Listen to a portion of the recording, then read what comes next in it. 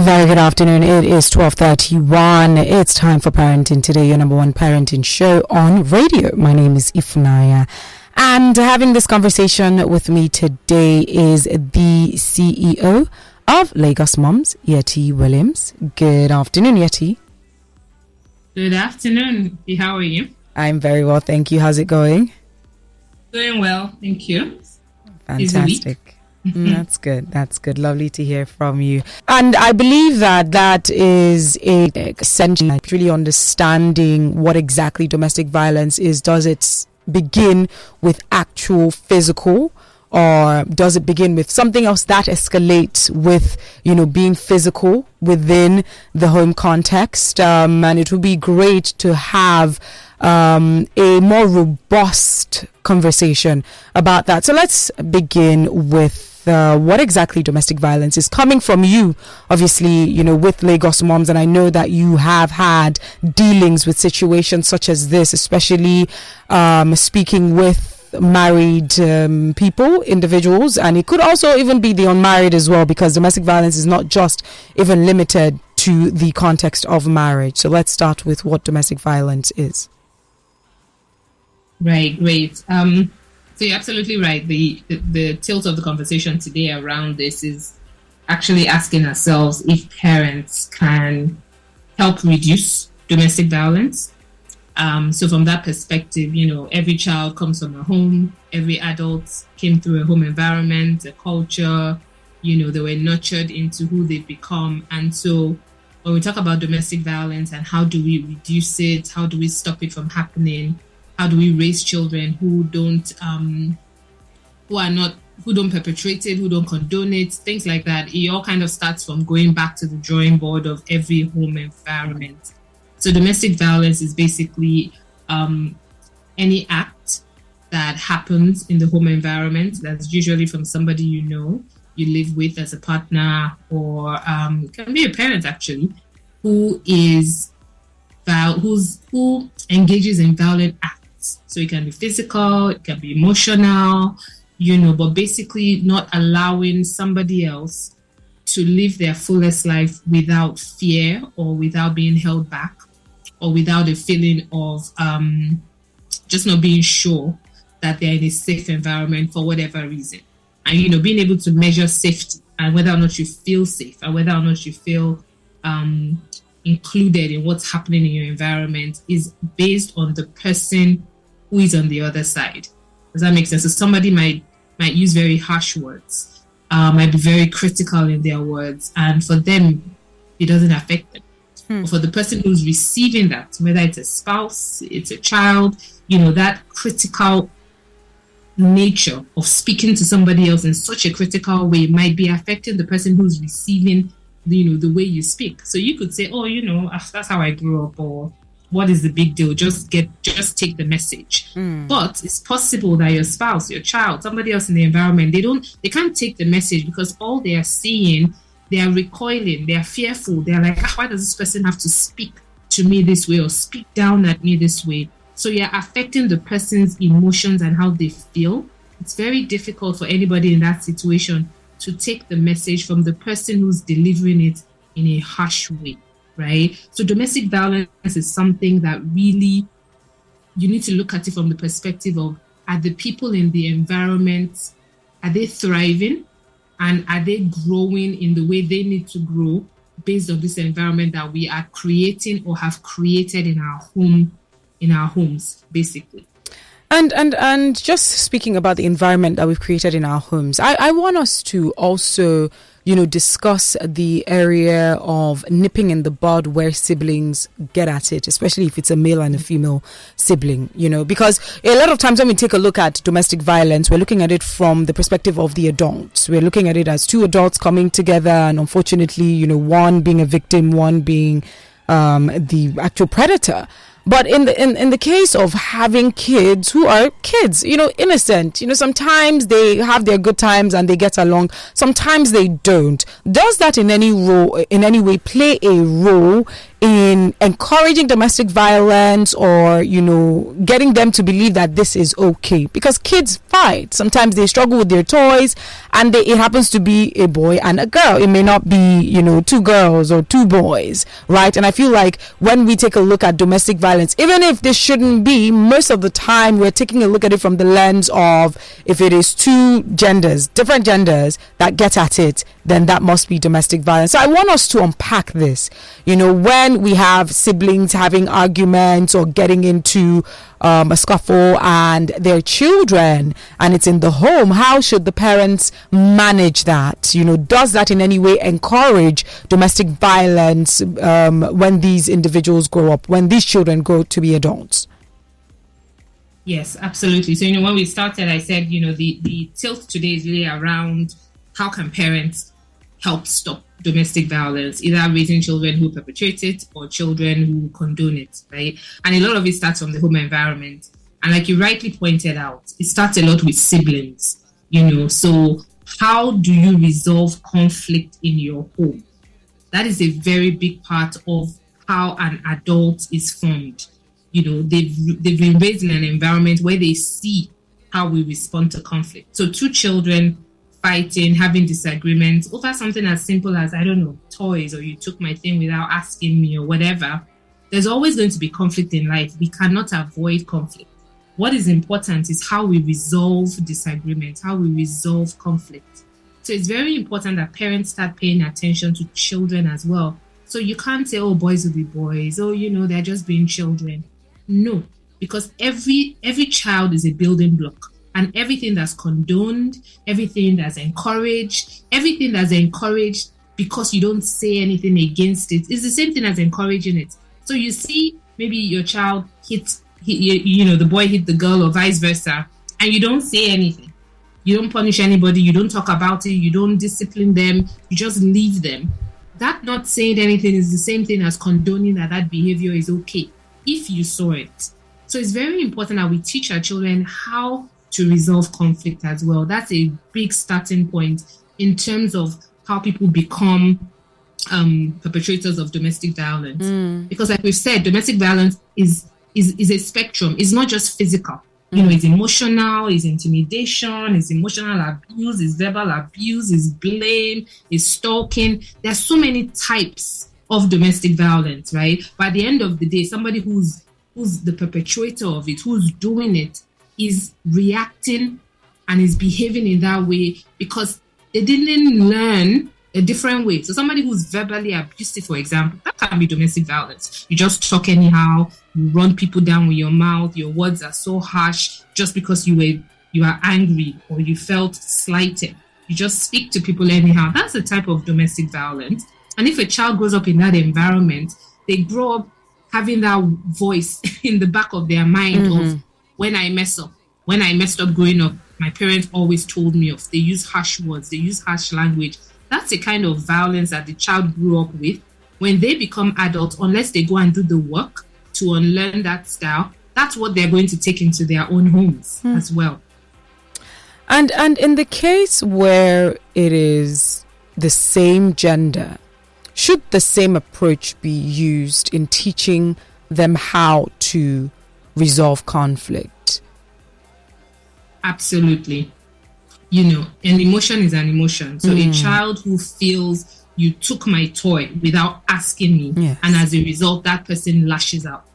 They're not thinking, am I lashing out at my brother or am I lashing out at my sister? They're lashing out because of the situation where somebody took their toy, so they felt cheated, they felt slighted, they got angry. You can fill in whatever emotion that is. Yeah, so they're reacting, and at that age especially, they're not thinking, am I hitting another boy or a girl? They're just lashing out. So that is when you want to start teaching that child that, don't hit, what happened? Let them use their words to say, oh, but they took my toy without asking me. I'm like, okay, but you shouldn't have taken his toy without asking him. But you too, you should not have hit him, okay? That is how you've handled that. You haven't said don't hit him because he's a girl, or don't hit him because he's a boy and a boy can beat you back. Do you see what I mean? That's genderless. Yes. That's just, if somebody does something that makes you upset, you don't react by hitting them. You then turn to the person who took somebody's toy without asking for permission, because that child also needs to learn that you don't just take somebody's toy without asking them. So you've disciplined both of them. I like that. Now, just taking it away from, some of the obvious reasons why some kids might unfortunately, grow up to be perpetrators or grow up to condone domestic violence. What are those other reasons? We have rightfully mentioned conflict resolution. We used examples like he took my toy, she took my toy, without asking me. We obviously have pointed towards the way they speak or maybe getting into a fight. What about if these other things may not have been the cause or the reason? What are the other reasons or factors or elements that can play a role in sort of grooming a potential abuser? Are there tell signs? Are there things that parents should be, aware of or pay attention to?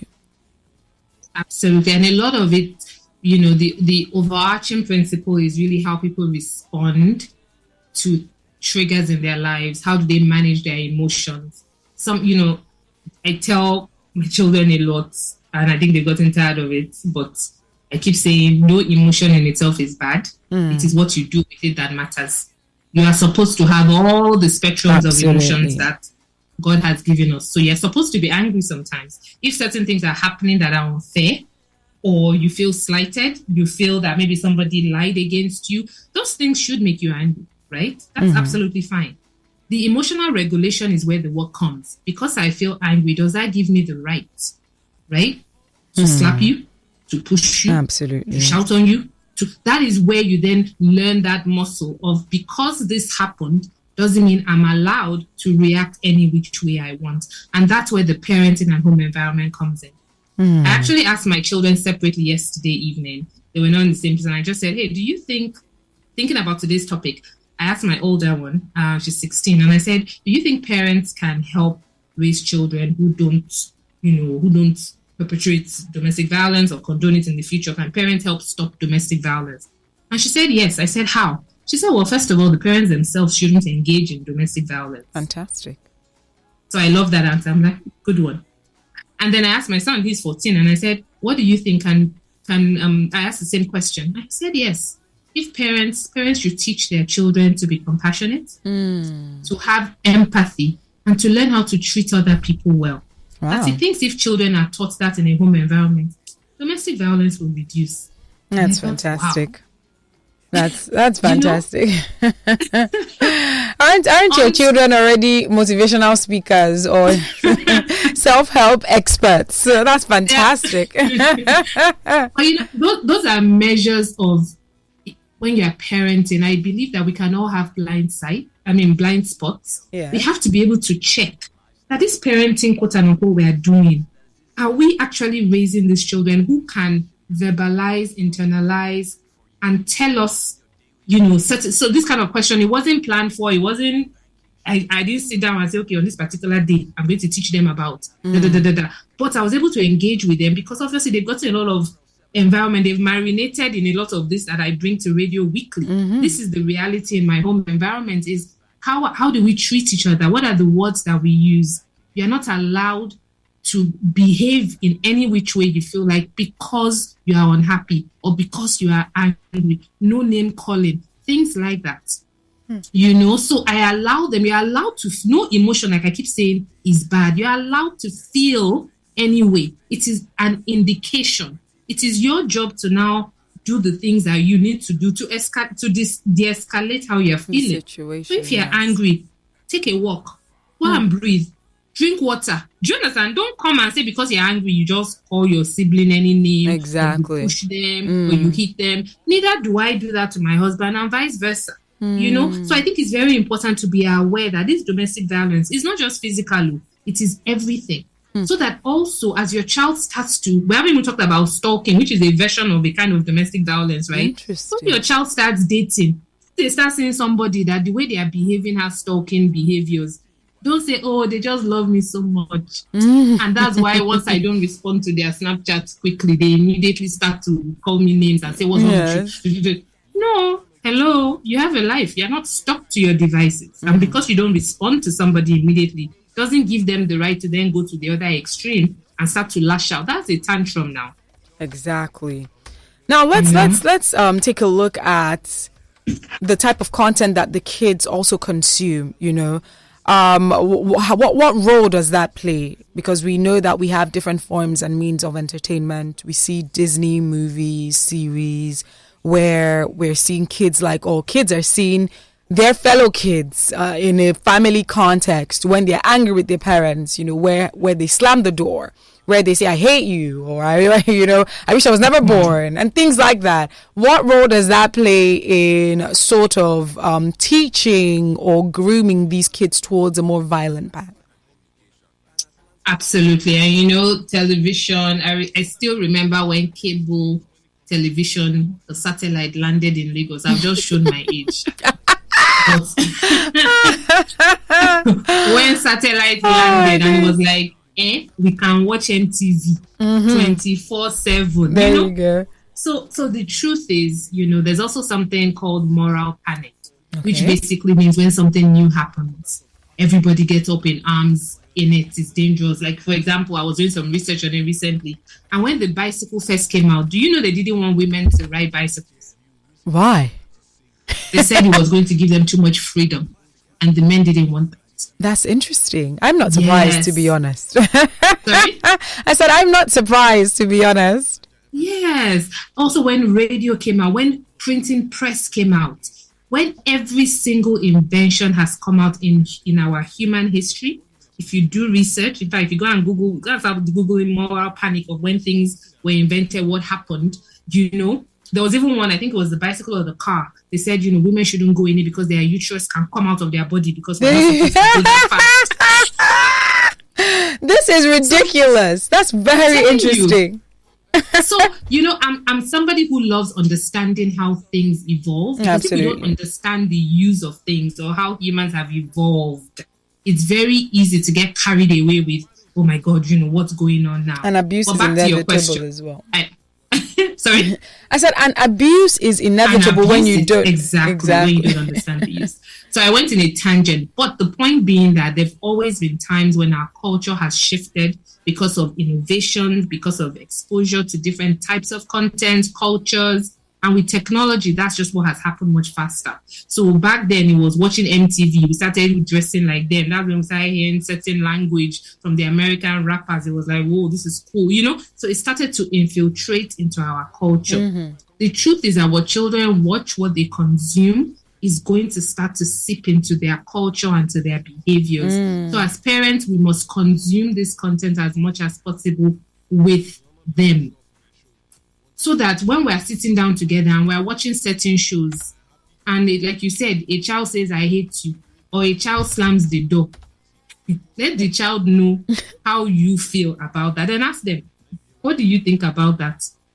Those are the small things. Maybe a child will say, now, wow, can you imagine saying, I hate my parents, all because of what? Or a child that says, good for the parents. Hey, he's very good at that boy slam the door in the parents' face so that the mother will know next time not to talk to him anyhow. Those are two different children who have given you an indication of what's going on inside them.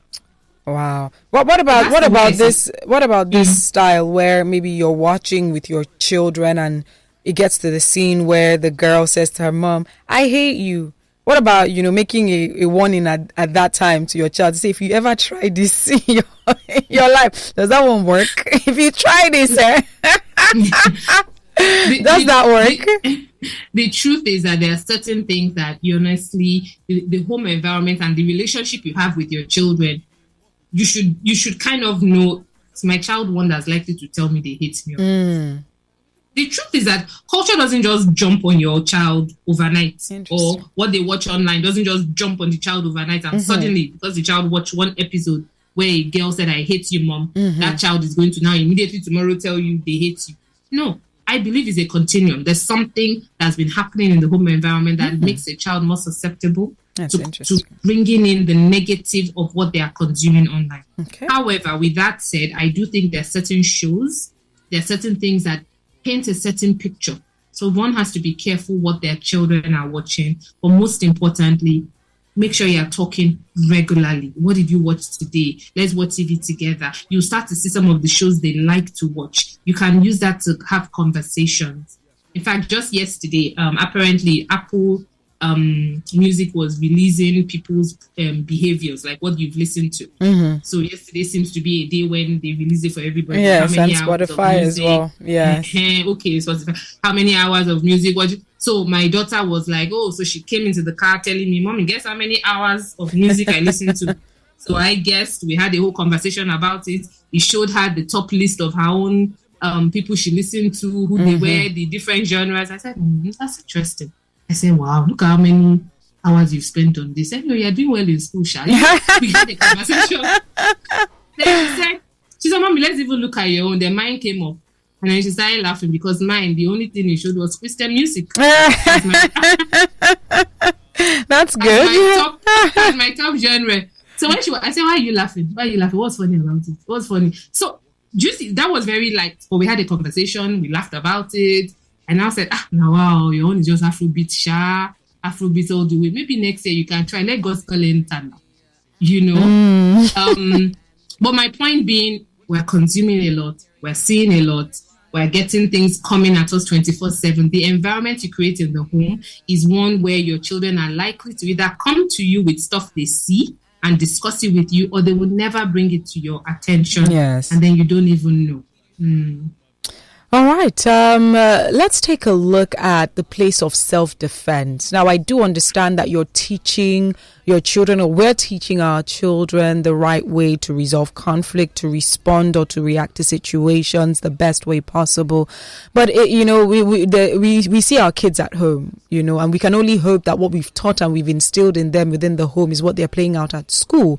The school could be a completely different dynamic where you have kids, your fellow kids who you're seeing all the time. Sometimes you get into fights. If you experience, or if our children experience bullies, for instance, at school, what are we teaching them? Are we teaching them not to defend themselves, all in the name of I'm trying to resolve conflict well? Or is there the best way to handle another bully? Because we can't really tell what the way other children are being raised in their homes. We can't tell how we're raising our children.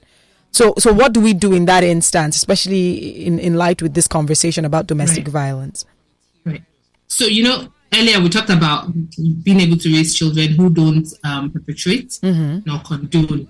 Yes. So we're not saying that conflict resolution means that you're a move and you just roll over. Yes. That's being very, very clear about that. Yes. We're not saying conflict resolution means you take whatever comes your way. In fact, what comes to my mind is Simi's song on Woman, where something in it says, so submission, are we taking exam? Something like that, right? Yes. I love that line, because this submission, it doesn't mean you become a doormat. Exactly. Right? Exactly. Anyway, so not to go in another tangent, but I really think that conflict resolution is about having self-confidence, being aware of who you are, being aware of what bad behavior is, because sometimes some people who are victims of domestic violence, they don't have a lot of self-confidence. So they don't quite know that this behavior is bad behavior. And because it's bad behavior, I am not going to condone it. And because I am not going to condone it, I'm going to speak up. I'm going to walk away. I'm going to report. There's always an option. So if, for example, you're a child in school being bullied, you must speak up. I'm not saying you have to get into a physical fight back. But if somebody is bullying you, speak up. Once again, this is where parenting comes in. The relationship at home. Can a child trust that if I tell my mom or dad this is happening in school, the parent is not just, some parents will beat that child for being bullied. And when I heard that, it blew my mind. Wait, your child comes and tells you that they are being bullied in school, and your first response is to beat your child who is the victim. That's ridiculous. Because you are beating them to toughen them up. How does that work? That's ridiculous. So I think it's very important as well that children, it's back to what we said earlier, do they feel safe at home? Like if I tell you something, are you a reactive parent that by the time you shout the whole moon down, the child just be like, you know what, it's not worth it. I will just suffer quietly on my own.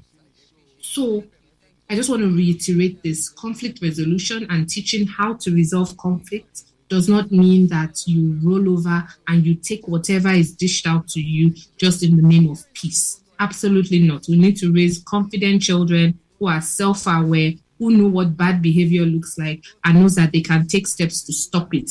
either by reporting, blocking the person if it's on social media, discussing it with somebody else, changing tactics. There's so many things you can do. And I think for us too is to raise children who realize that they have a toolkit, they have a set of responses that they can learn to deploy based on the situation that they are facing. That gives them confidence to know that, no matter what comes up, I know I can be flexible and adaptable enough to deal with the situation. Absolutely. That is a skill set. That's what you call resilience, that ability to know that no matter what I face, I know I have a set of responses, if you will, yes, in my arsenal that I can deploy. Now, Yetty, before we wrap this up, let's quickly move on, because it was very interesting that you made reference to stalking as a form of domestic violence. That was very interesting that this is categorized as domestic violence. And I would like to hear from you, how so? How is this a recent addition? Has it evolved into now being identified as a form of domestic violence? Let's even start with what stalking is from your perspective. Right. So basically, stalking means, I'm trying to read it here for you quickly. Mm-hmm.